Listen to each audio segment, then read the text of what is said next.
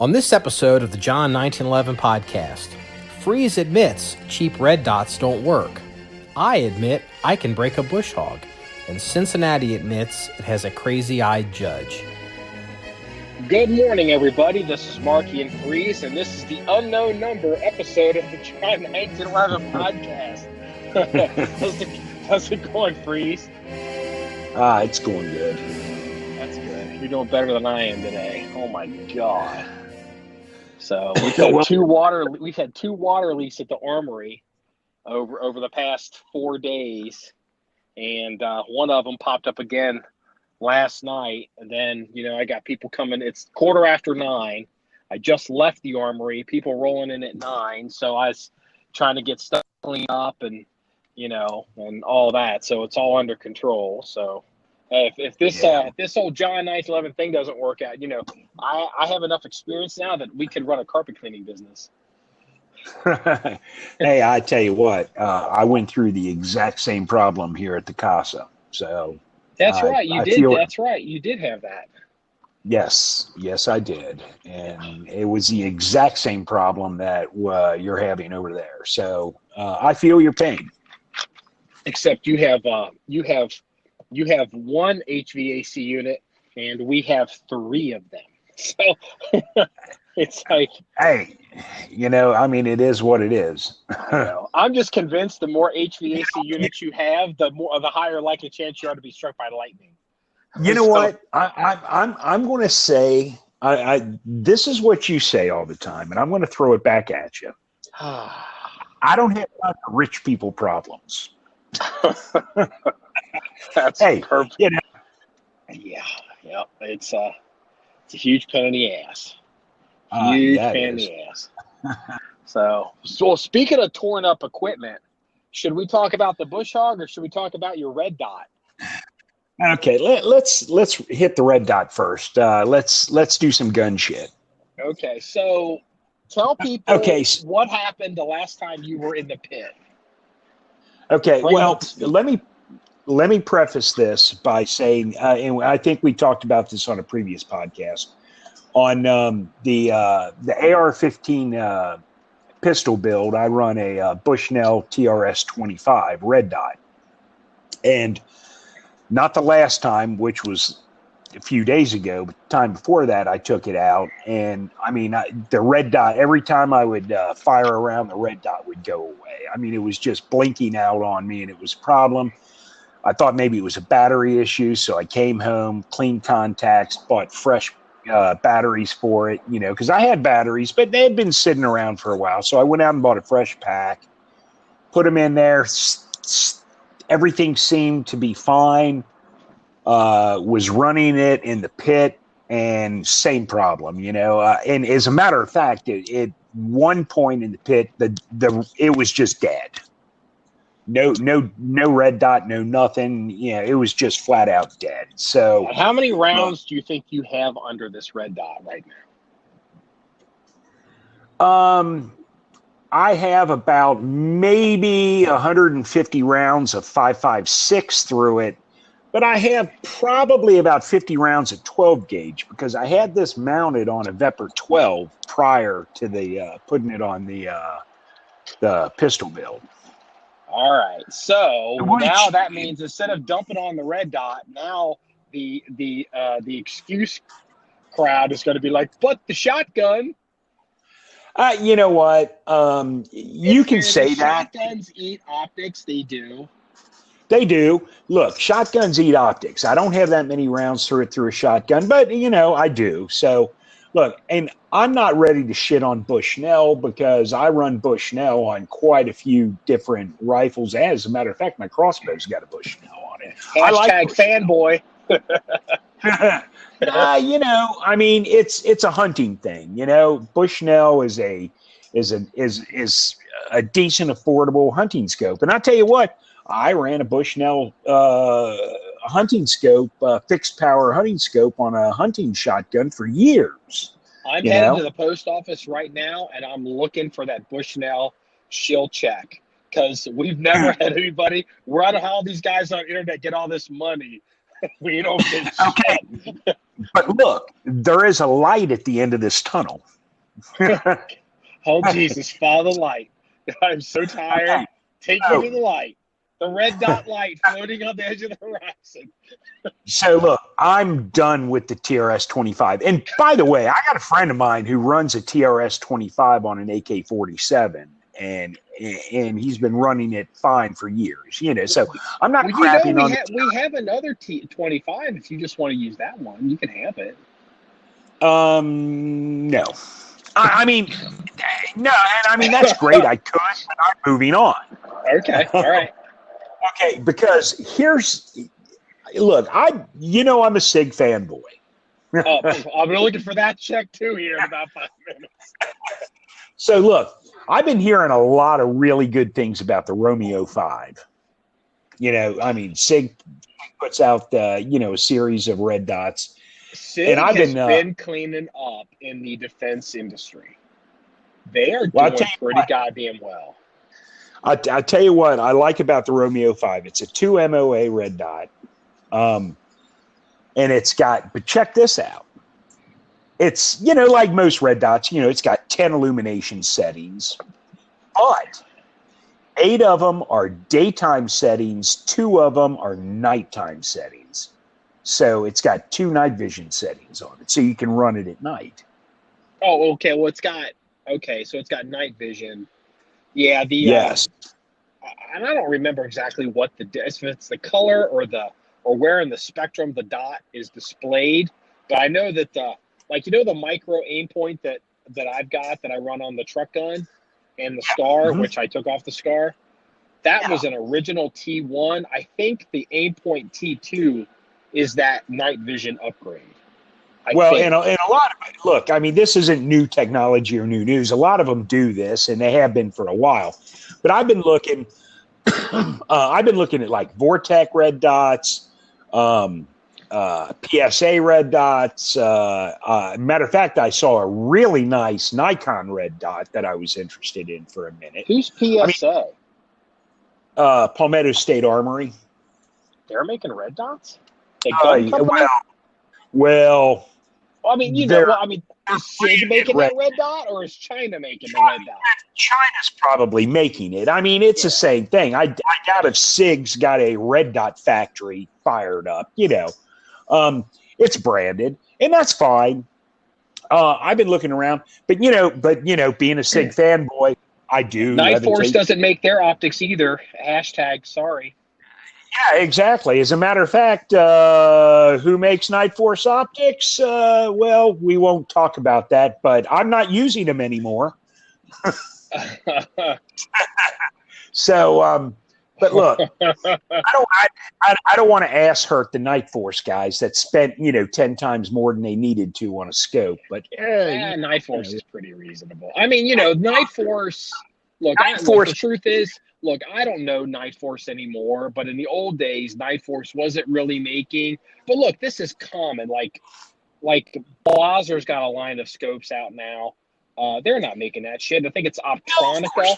Optronica makes that. They're made in Germany. It's a high-end company, but there's a few companies that specialize in this stuff. I mean, again, it's all branded, and that's fine. There's nothing wrong with that, And I'm not shitting on Night Force. Night Force puts out a decent scope. But back to this SIG Romeo thing. Is that what it's called?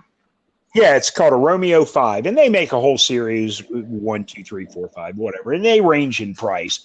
But I'm liking the Romeo 5 because I'm seeing a whole lot of really positive feedback on it. How much is it? Well, I mean, price is relative depending on where you buy it, but I've seen it as low as $99. I've seen it as high as $250. So, holy cow! $250. Yeah, but that's stupid money. I don't know if the people selling it for $250. I don't know if they're selling very many of them. But my point is. I figure you're looking at about $125 average for a decent Romeo 5. Can you get it cheaper than that? If you find a deal somewhere or a sale, yeah, you can. What's the footprint of it? Is it like the size of like an 8-point T1, T2? Maybe I guess the Bushnell is the same size. It's very similar in size to the TRS-25. Okay. So it's not like a micro. It's like a little barrel cylinder thing. It's a barrel cylinder thing. And I tell you, one of the things that I do like about it. Now, they do sell one. And, actually, the more I think about it, the more I think that the one that's pushing like in the $200 range has a solar panel on it, for solar panel charging, which I don't give two shits about that anyway. Unless you can charge your phone off of it. Exactly. Well, which, by the way, I do have that ability. But yeah. But what I like about it is like on a lot of red dots, like on the TRS-25, for example, to change the settings, you got to turn the dial on the side, which is the same dial that the battery goes into. So you don't have to take it off. No.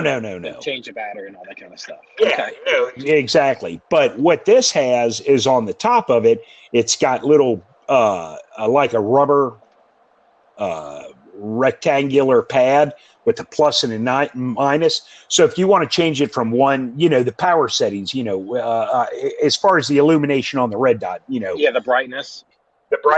You just, all you do is tap the button on the top, instead of having to turn a dial. I kind of like that. Plus, it's also got the ability of when you pick it up and once it's moved, it automatically turns on. And if you set the gun down within like 4 hours, it turns itself off. I guess you can turn it off, but it'll automatically shut down, where TRS-25 does not have that option. So there's a lot of features on it that I like. The main feature being the name. Hey, at least you're honest. Hey, look, I'm a SIG douche. I admit it. And anyone that follows us kind of knows that. So yeah. Yeah, we're gonna have to show people your tramp stamp SIG logo on your ass or on your lower back, wherever the tramps put the stamp. I'm sure. Now that I've seen your tramp stamp. No, the only people that see my tramp stamp are people that are giving me happy endings, brother.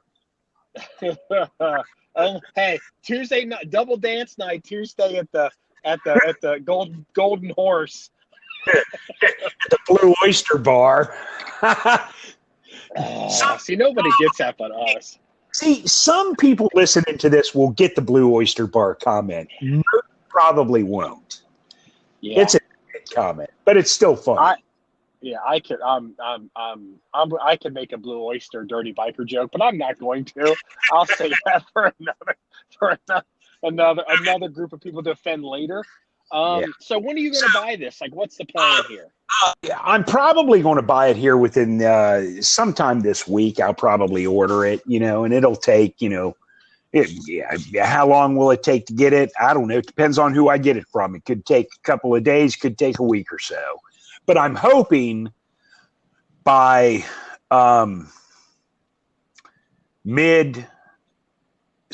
hoping by sometime next week I'll have it, because I'd like to put it on there and take it down to the range and get it zeroed in. I'm working. I think I know the answer to this question, but I wanted to get it on pod because we've never discussed it. Yeah.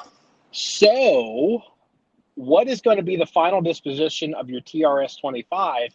And have you been in contact with Bushnell regarding your TRS-25? I was in contact with Bushnell. I'm not going to go into a lot of detail on it, because honestly, I was not only not happy with the response, it kind of really pissed me the hell off, especially, never mind. I'm not going to go into it. Hashtag the check bounces. Yeah, I was not even shit on them. You look, we don't have to make it like, these people that get on the internet and like rant and rave like lunatics because they were wronged or offended. But you reached out. You actually needed to use this vaunted Bushnell customer service warranty, and it didn't really work out.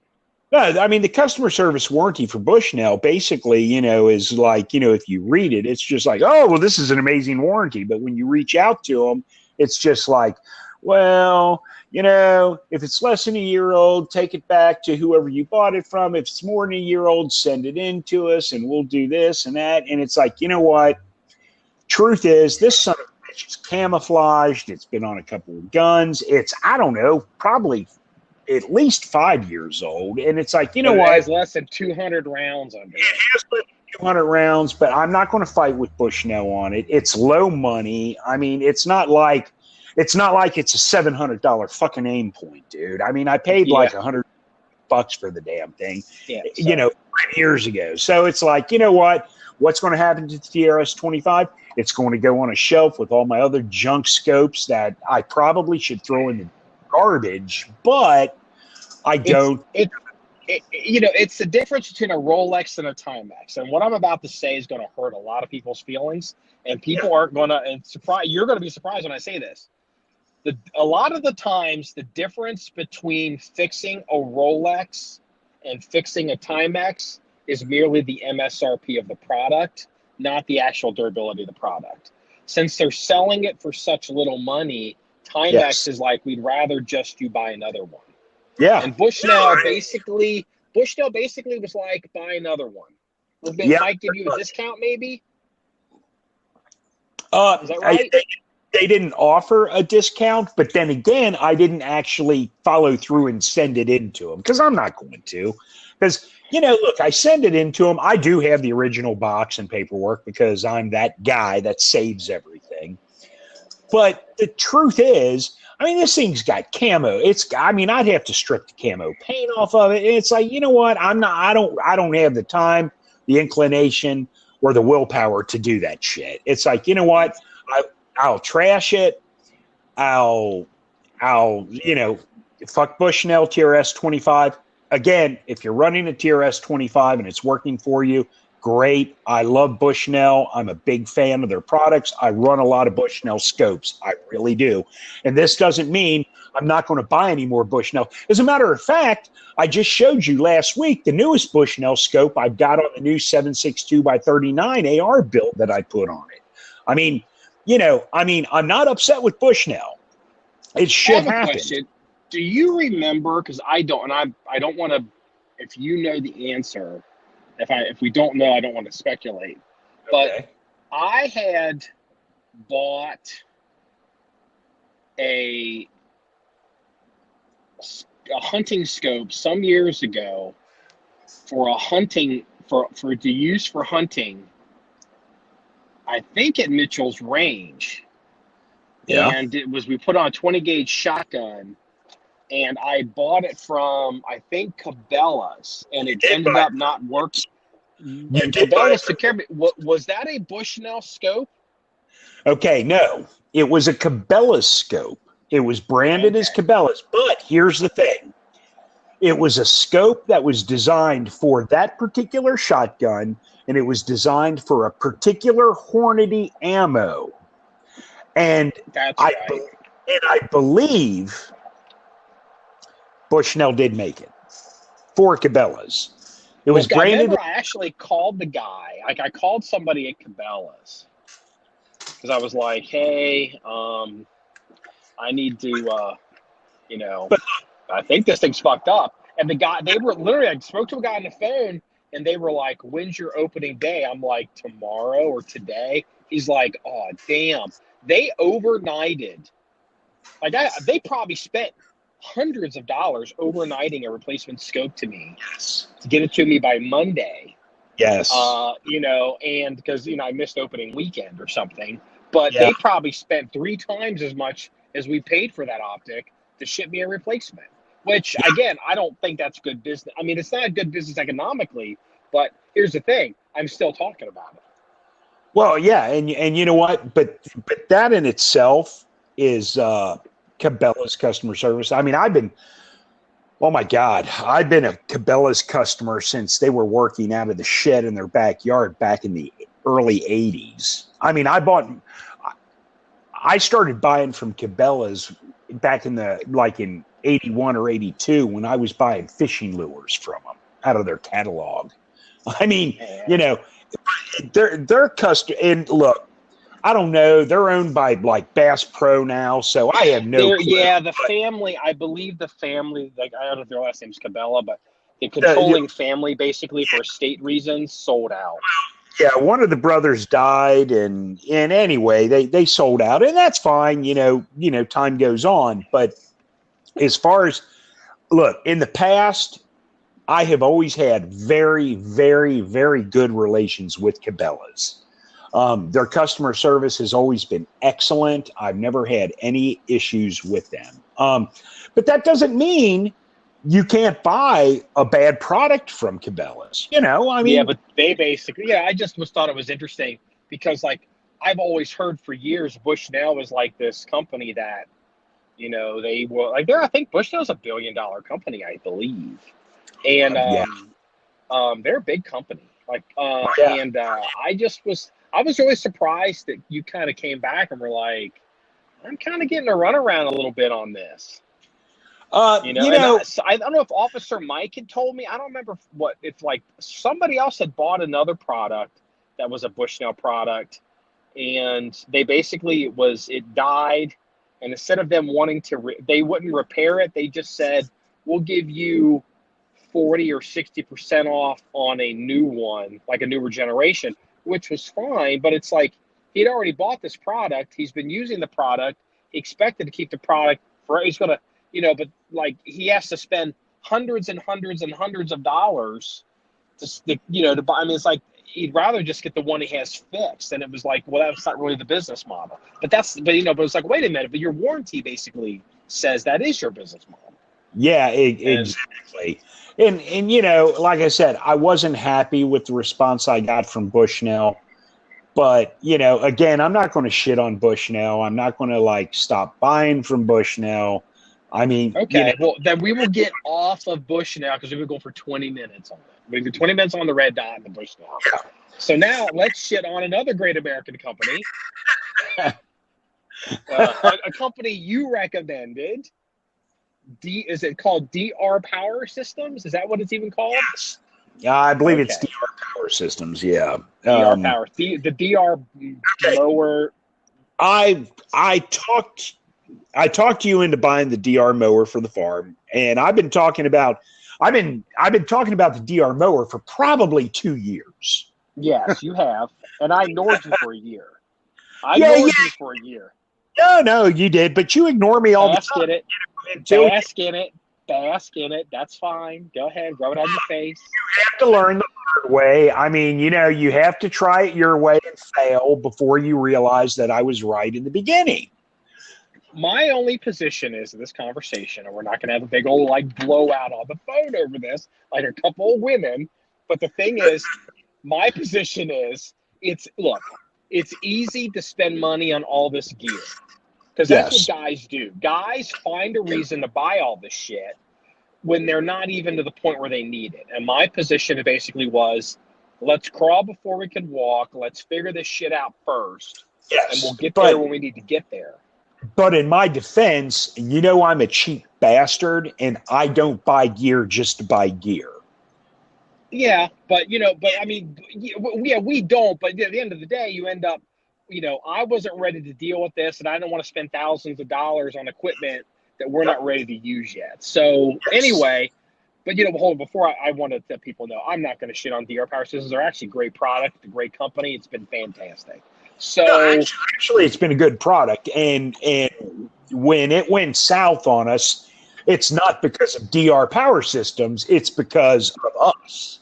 So for those of you that follow us on the blog, you will have seen some photographs of this Bushhog tow behind Bushhog thing. It's like the biggest one they make that isn't PTO, I believe. It doesn't go on a tractor, and we've been running the hell out of it. It's a pull behind self-sustained. It has its own engine, Bushhog. And you pull it behind a four-wheeler or a UTV or whatever, and you can mow your property, which is we need that for the range. without buying, you know, a big tractor and a bush hog and whatnot, or paying someone, you know, $90 an hour to do it. So I exaggerate when I say $90 an hour, but probably not by much. I think it was $60 an hour is what they wanted, which is just absolutely insane. But anyway, I think that's probably the going rate, but you know, it's like for it may be, but that's still insane when we're out. You know, I mean, we're out there. We've got we got the ATVs, we got we got the General, we got four wheelers. We have the means to do it. And the thing is, if we have outside contractors coming in to do this stuff, that also means, like, let's say the guy's like, hey, it's going to take me 10 hours to do this. Well, the dude's not going to do it in a 10-hour pump. He's probably going to do it over 2 or 3 days, and that's 2 or 3 days that I have to shut down the range. Exactly. And you know, it's like, well, oh, it rained today. Oh, got to come tomorrow. Blah blah blah. And it becomes. And my policy's been, we've had a lot of contractors the past couple of years, and so my position now is, unless you are actually shooting, or you have some real intimate reason to be on that property, we got to get the contractors off the property, because we're going to start having conflicts. I'll tell you what, this spring, when we had the shelter built, that killed us. Oh man, that killed us.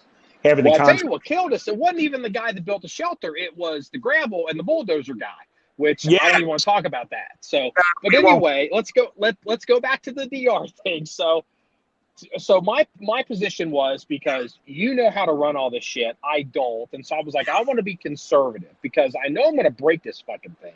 I wasn't even sure.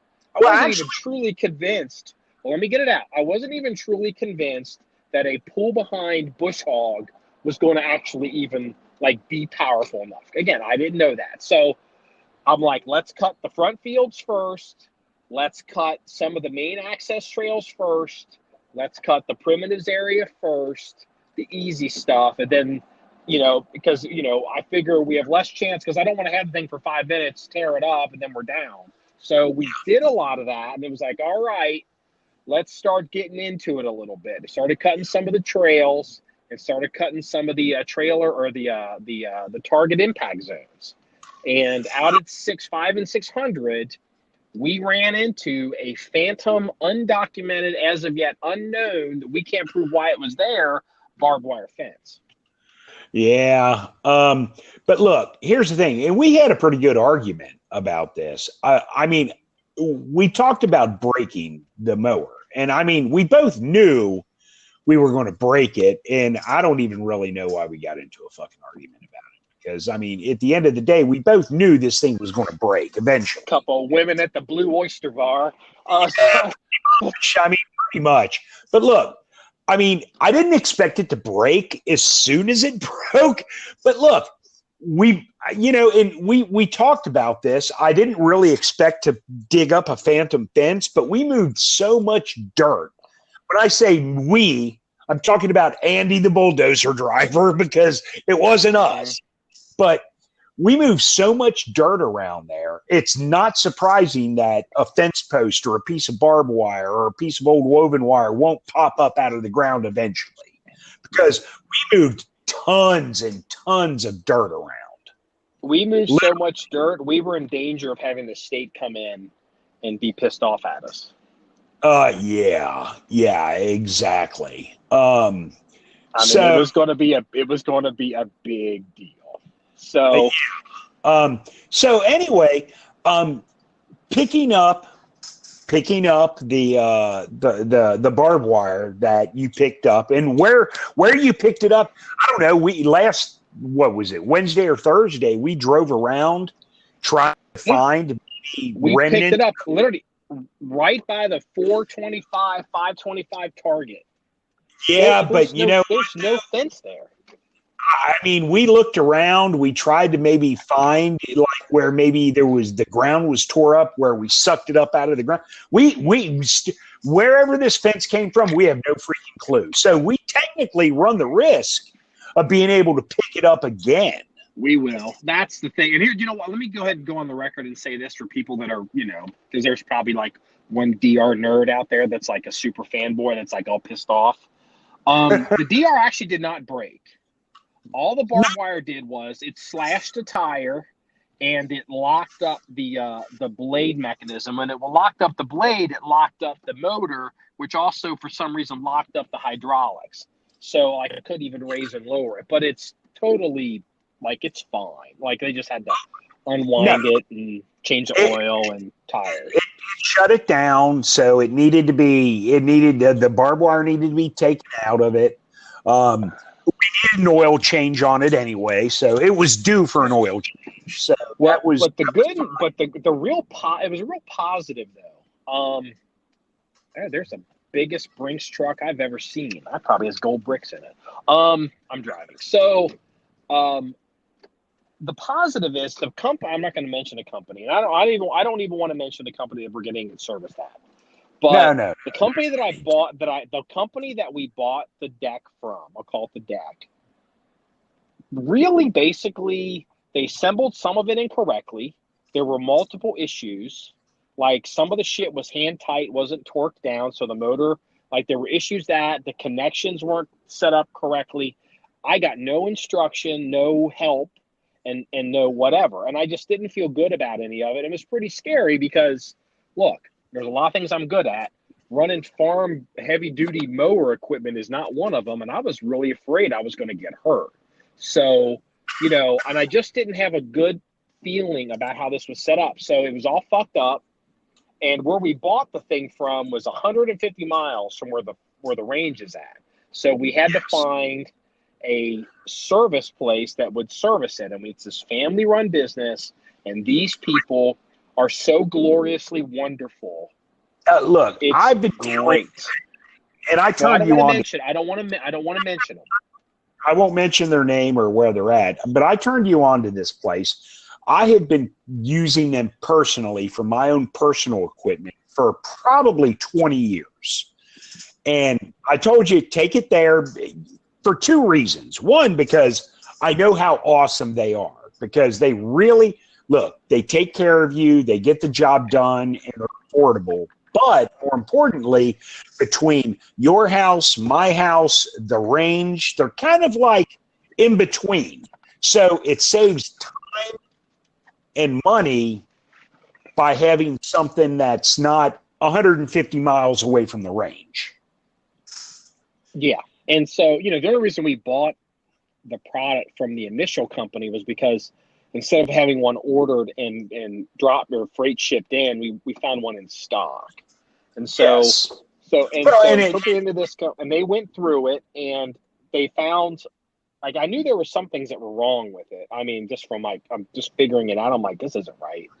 And then they found like the mounts for the motor. Like, here's the thing. I thought the motor was all screwed up because it was vibrating. I was like, what the fuck's that vibrating? I thought maybe it was like fucking burn it up or something. Well, turns out they didn't even torque the motor mounts down. I mean, it turns out like two of the motor mounts were loose and stripped out because of the vibration. Yeah, one was stripped and the other ones were loose, and it was all going to be, all jacked up. So they fixed that. They also, here's the thing too, like I was like, I don't know if it's possible, but it's got this long controller cable that, works great on a four-wheeler, but on a four-door General UTV with a deck, I still had to get out of it and go to the deck, go to the trunk area and like control it. Well, yes. I asked them, I said, is it possible to maybe jerry rig or find a extension cable? And they were like, let's find out. And sure enough, they've ordered some kind of cable. So we should be able to control it from hopefully the driver's seat of the UTV. And even if you have to reach into the back seat, it's still controllable without getting out of the General, which is phenomenal. Yeah, to be able to because if you're fire truck, if you're trying to the property is so hilly, and we've got ruts and washouts and all this kind of stuff. You just can't run this thing, leave it down the cutting position, and drag it the whole property. You're going to tear it up. You got to be able to raise it and cut it off. So and that's where that extension is going to really, really come in handy. Now let me go ahead and say this to DR's benefit. Also, we've ordered in airplanes used to call them Hobbs meters. I don't know what they call it for the lawnmower, but it's just a typical hours meter. Hours meter. So we've ordered an hours meter computer system, but I think that's coming. I was like, I literally ordered this product, and I was like, it'll take 6 weeks or something, and I'm like, maybe 12 weeks, and I'm like, well, it's got to come from China. Well, I looked at the product. It's this little computer thing. Fuck me, dude. It's actually made in Ohio. Oh, really? Yeah, I mean, tell me that doesn't blow your hair back. It's like, when was the last time you heard of anything electronic being made in Ohio? It's like, or being made in America. I was like, okay. I mean, it's taking a while to get it. Maybe they're making it, but it's actually made in Ohio. It's like, cool. Okay, that's kind of interesting. It's just kind of neat. And you know, that's the nice thing about it, because we're going to be running this thing so much. Like my tractor has an hours meter on it, and that's how I go by oil changes and whatnot that I need to do. And most big equipment has that ability as well. But this, I mean, you have to kind of either log the hours, and it's like, you know what, that's kind of bullshit. So you get this hours meter, you attach it to it, and it's like, okay, now I know every, 50 hours change oil. You just look at the meter, it's like, oh shit, okay, I know I need to schedule an oil change, whether we take it somewhere to have the oil change or whether we do it ourselves, which is, either or. It depends on how busy we are and what we're doing. Yeah, it's not that hard to do. The thing is, like, when you buy this product and you look at DR systems, and you know how, like, I guess their motto is it's professional grade stuff for the home user, but you can, when you purchase an item and you get warranty or service, you've got 2 tiers. You can either go the consumer tier or the professional tier. Like if you're a landscaper or whatever, you use this product to make money. Well, the thing is, we're not making money with it, but the reality is we're going to use this so much on the rifle range, it's basically a commercial endeavor. So it has to be treated as like a commercial product, and it's going to get the hours we're going to get. I mean, like, what was it? Like, I ran it the day before, like a week before. I had some cops out on the range. I didn't like the grass in front of the main shooting position, so I was like, hey, you know what? I'm just going to cut this hill real quick. So I just zip, and put 2 hours on it, and it's nothing to fire the thing up just to cut stuff. And I want to get this point in for the DR fanboys. So this is a 22 or 24 horsepower system, right? No, actually, I think it's I think it's 24 horsepower. Okay, I know it's in the 20s. I know it's not 21. It's up there. This thing, I want to get it out.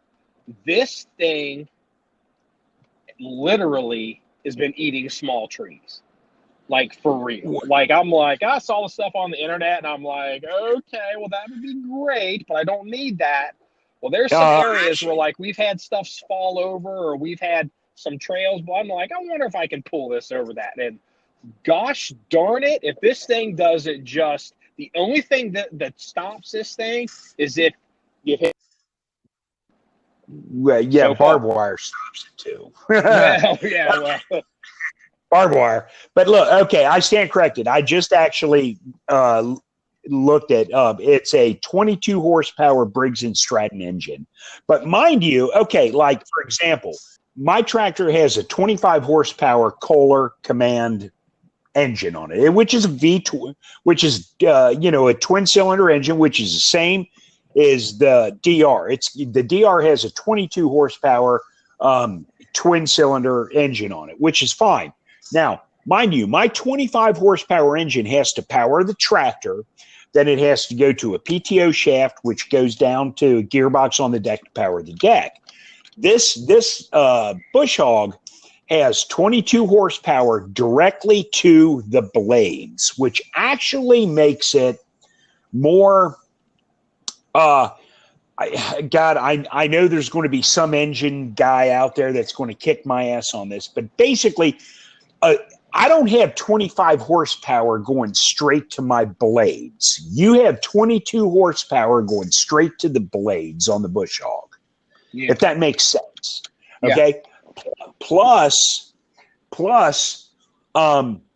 whereas my tractor's made for, I mean, it's a garden tractor. I've got a 3-point hitch, PTO, and all that for doing garden work. But my deck is a finishing cut deck for cutting lawns. Where our DR mower, mind you, they make two different models. They make a brush cut and a finishing cut. Ours is a brush cut. It's made for cutting down trees and bushes and rough brush. Whereas a finishing mower is made for basically cutting your lawn. Yeah, and this thing, the rifle range is pretty rough place. It's a lot of trees, a lot of issues. Absolutely. So we fucked it up. I fucked it up, and but we knew it was factored in. I mean, to get the service, the parts, and everything needed, the bill it's about $500. They're doing a complete service on it and oil change and checking everything out, plus the parts and the labor and all that stuff. Like, apparently the motor mount screw, they had to order that.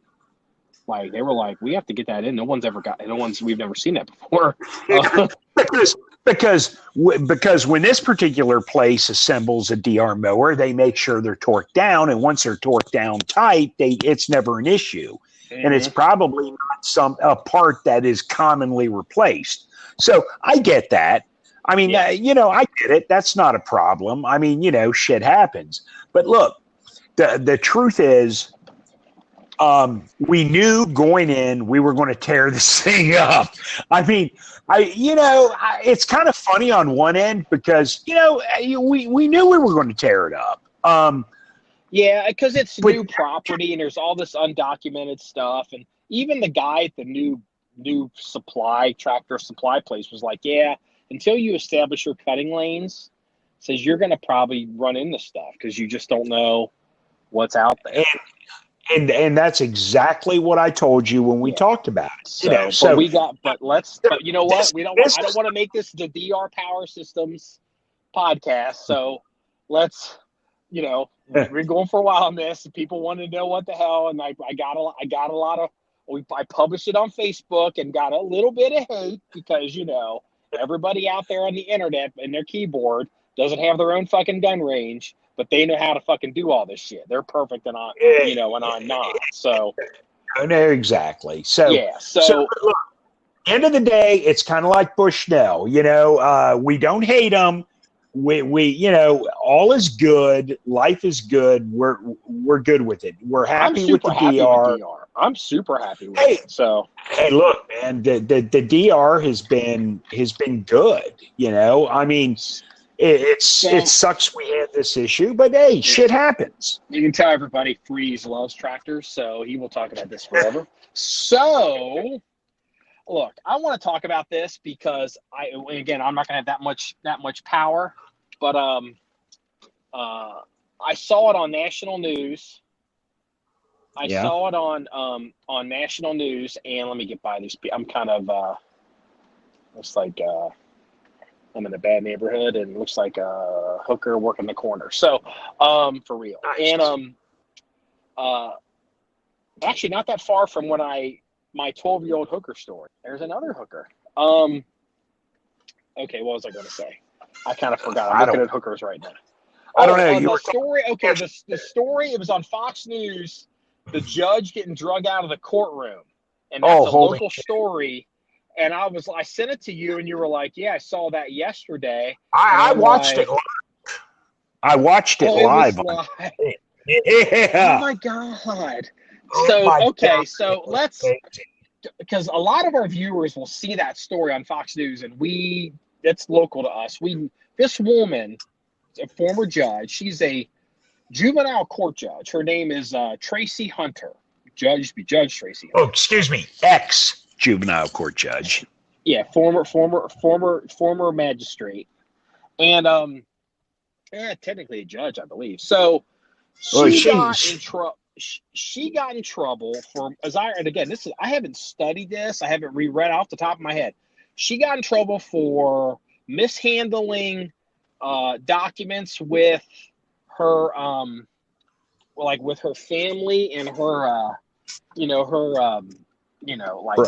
she had family members working in a court and did some stuff that wasn't right and something with that. But then I seem to remember the big thing she misspent some money and did some stuff. But the big thing she did is she was changing dates on legal documents. Okay, so she was charged with multiple charges, and she was only convicted of one. And it had to do with the mishandling of the documents with her brother. Okay.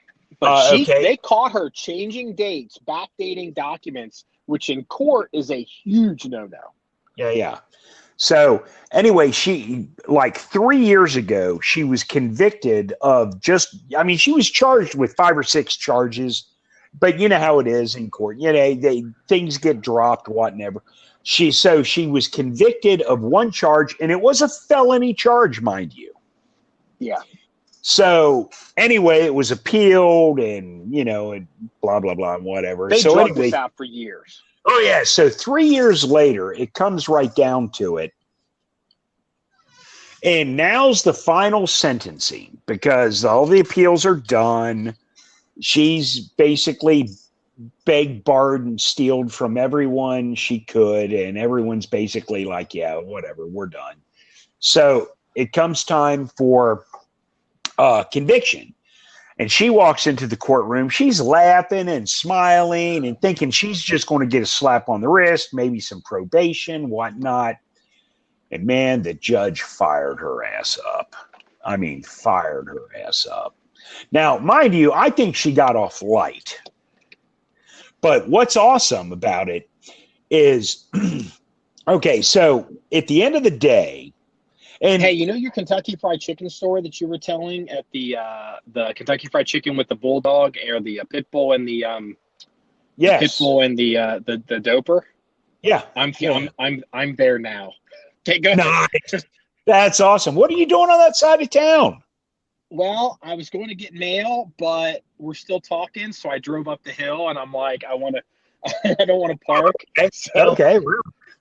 Welcome to the ghetto, brother. That's why I told you I was seeing hookers. Okay, that makes sense. So anyway, so she walks into court and she's laughing, arrogant, acting like a jackass. Oh yeah, so she does. Yeah. Oh yeah. I mean, she's real ass. I mean, she's a real. I have some inside courthouse information on her case. But go ahead. So she goes in. The judge lights her up. What happens? So she goes into court. She's thinking she's going to get a slap on the wrist. What her actual sentencing was, and I'm not going to go into all the minute details. Actually, it's all videotaped. People can actually probably Google it and find it. But anyway, she gets 6 months in jail with 1 day served. When she was processed initially, when she was arrested. Exactly. And so what happened? She's a judge in a courtroom in Common Pleas Court, Hamilton County Courthouse. What happens next? So after she anyway, gets no. Let me. So she gets 6 months with a day served. She gets a year's probation, and she has to do, I forget how many hours of community service. But check this out.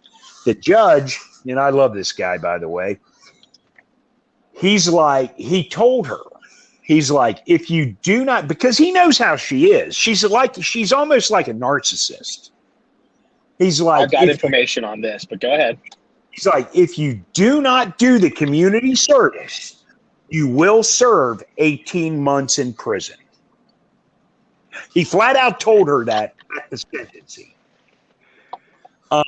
So anyway, after her sentencing, she walks in laughing, giggling, life is good. I'm gonna walk from this.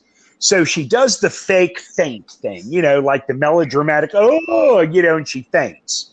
Mm-hmm. Well, instead of getting instead of getting any sympathy, man, they had this female deputy sheriff just snatched her up by the arms and drug her out. She's in her Sunday church dress. She's in her high-heeled shoes, and they're dragging her out, and her heels are sparking on the concrete. Okay. Hamilton County Sheriff Court Services ain't going to play.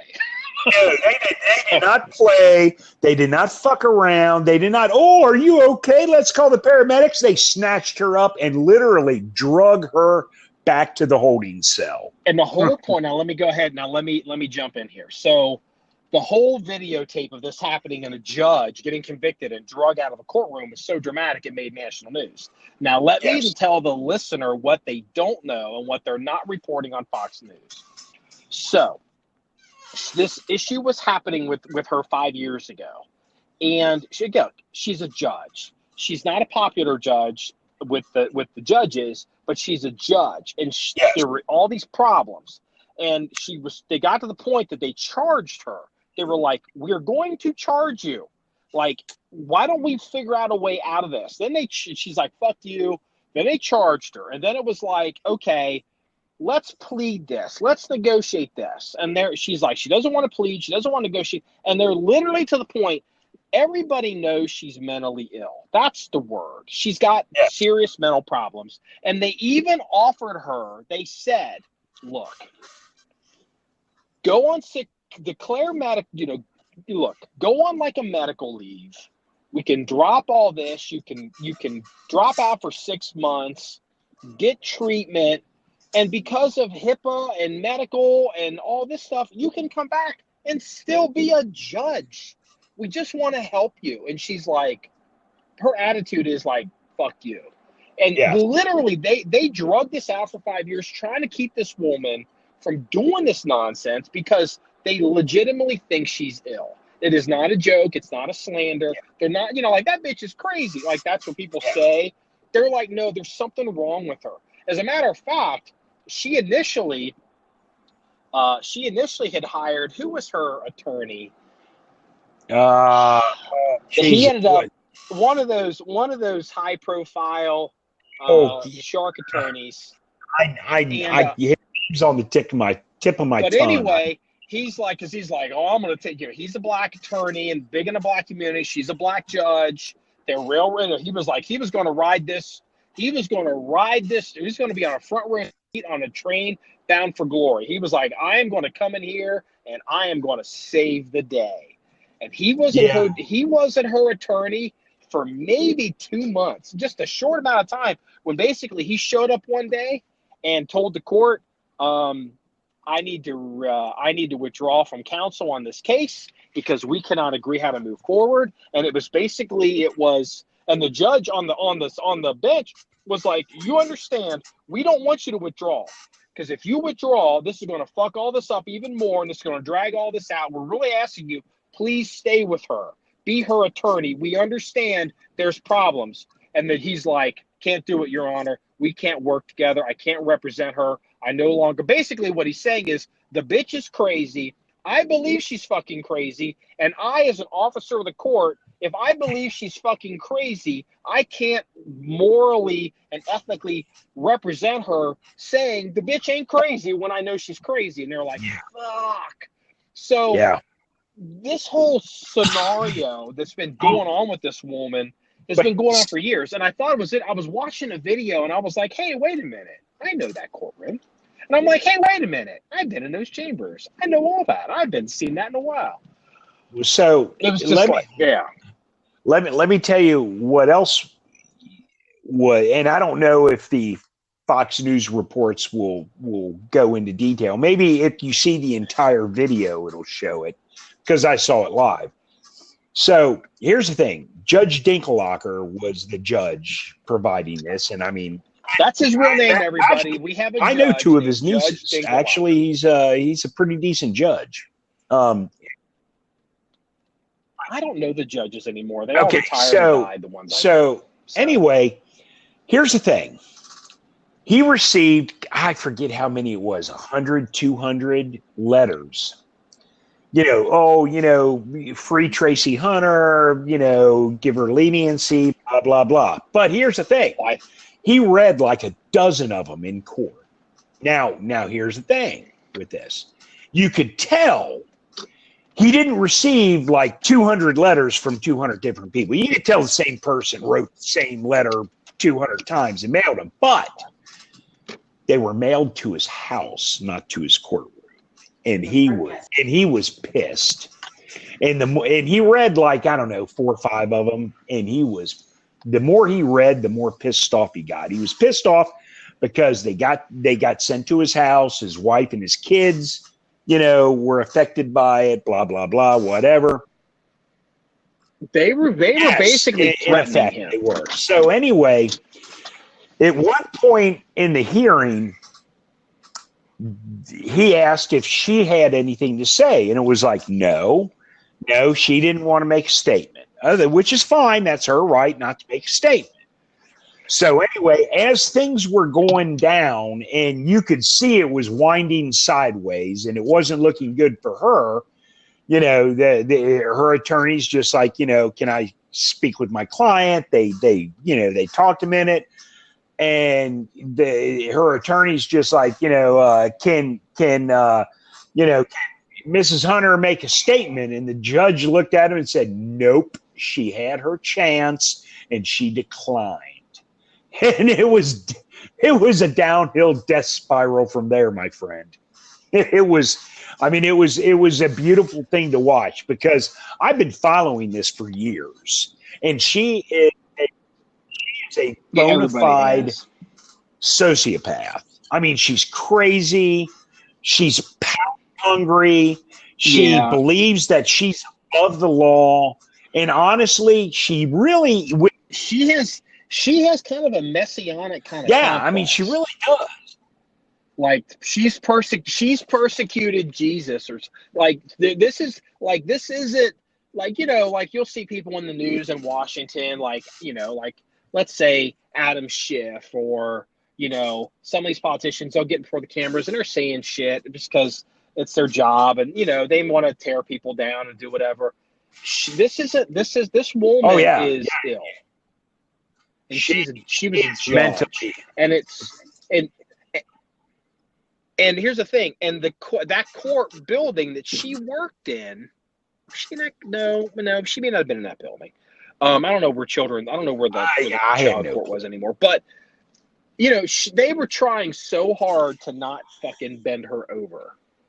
They're like, and she did like, there's basically, it's like, she's so arrogant. Like she has a circle of like these little like sycophants around her that like they're sending all this stuff to Dinkelacker's house. Apparently they're protesting in front of his house. Well, today. I mean, they can protest all they want. I mean, it's a done deal. I mean, I know they are trying to get a reversal and all that kind of horse shit. This was a couple other things that happened. So, like, they had to bring in a special prosecutor because everybody was so, they couldn't prosecute her because everybody worked with her. There's too many conflicts of interest. They brought in this outside counsel named Scott Croswell. I know him real well. He's a prominent criminal defense attorney, and we've met. And he prosecuted the case.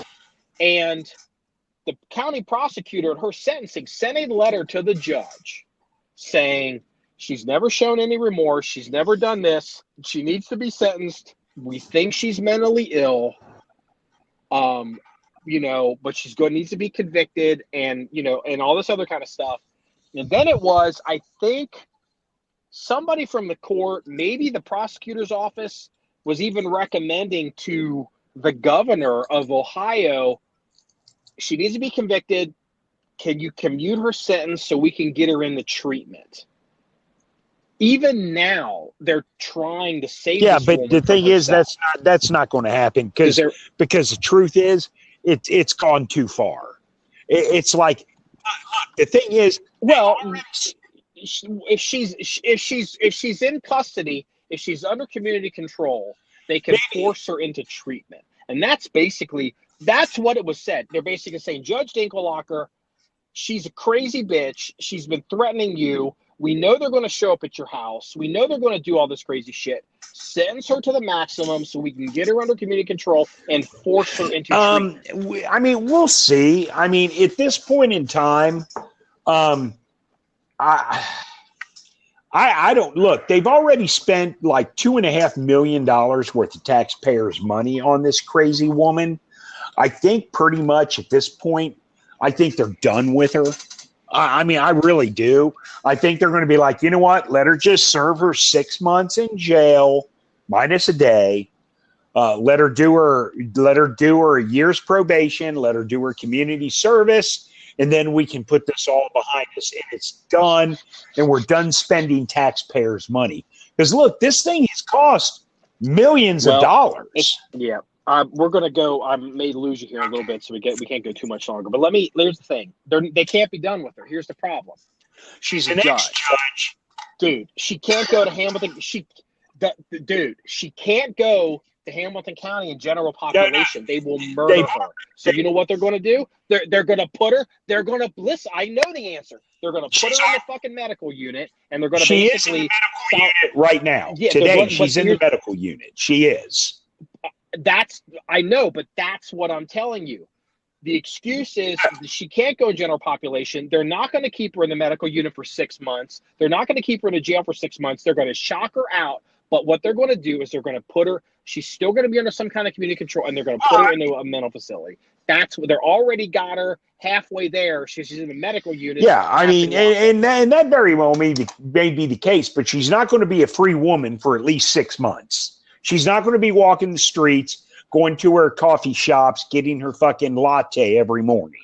It's not going to happen. Well, at what point was she on medication? That I honestly don't know. I can't really.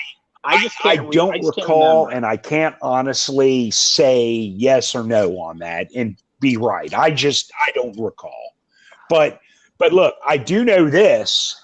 She's a felon now, so her CCW's revoked, and she can't vote anymore. And frankly, I'm kind of glad for both. Yeah, it's gonna be really the interesting part's gonna happen now because that's where they're trying to get her. There's something wrong with the woman, and they're trying to get her into treatment. And what I thought was interesting. And yeah, I don't know her. But what I thought was interesting, but hold on, this is interesting. So like she's a Democrat, sure. All of her supporters are Democrats. She comes from that political persuasion. But it's interesting now that the Democratic Party, their policy is we are going to go after you at home. We're going to show up at your house. We're going to threaten you. We're going to do all that kind of stuff. The people that are supporting her are literally watching the news in Washington, and they're like running these people out of restaurants and running these people out of their homes and trying to do all this stuff. And that's how we do it now. And so they're showing up at Dinkelacker's house, and they think they're, sending all these letters to his home and showing him his neighborhood. And it's like, yeah, this is not going to work this way. This is not Washington where you've got MSNBC is going to cover for you. They are going to put this woman in a hospital, and they will put you in jail. Well, actually, they arrested someone. I don't know who this person was. I don't know if it was a supporter or a relative, but she was wearing a Free Tracie Hunter shirt. And after the sentencing, and Tracie Hunter did her fake faint bullshit, she stood up and started getting all crazy. And instead of oh, well, calm down, they fucking hooked her up immediately. I mean, she did not get the result she was expecting, because I'm sure in typical liberal fashion, she was expecting, the Antifa. I'm a member of Antifa in Seattle, Washington, which means I could beat the shit out of reporters and walk away a free person. No. She got up, started being vocal and raising hell. They fucking hooked her up within less than a minute. I mean, she was in cuffs and being hauled off, and she's in a holding cell. Yeah, so I don't know why I'm about to lose you for here, so I have to wrap this one up. But what I think is, I think she's part of a church. I think she started a church, or she's a minister. She she has a group of people that's like Jim Jones around her. It's interesting. She's crazy, but her and her husband both are ministers in this church. Now, I don't know if it's the Church of Kumquat Worshipers or if it's Baptist or Pentecostal. I don't know what denomination it is, but she is, quote unquote, a minister. But you know what, though? That doesn't matter because I'm, quote unquote, a minister. And you know that. Okay, so Pastor Freeze, this wraps up the unknown episode of the John 1911 podcast. If you want to see any links or stories or photographs of the things we're talking about, including Judge Tracie Hunter, go to our website, john1911.com. That's JOHN1911.com. Remember, it's all about shooting guns and having fun. See you later. Have a good day.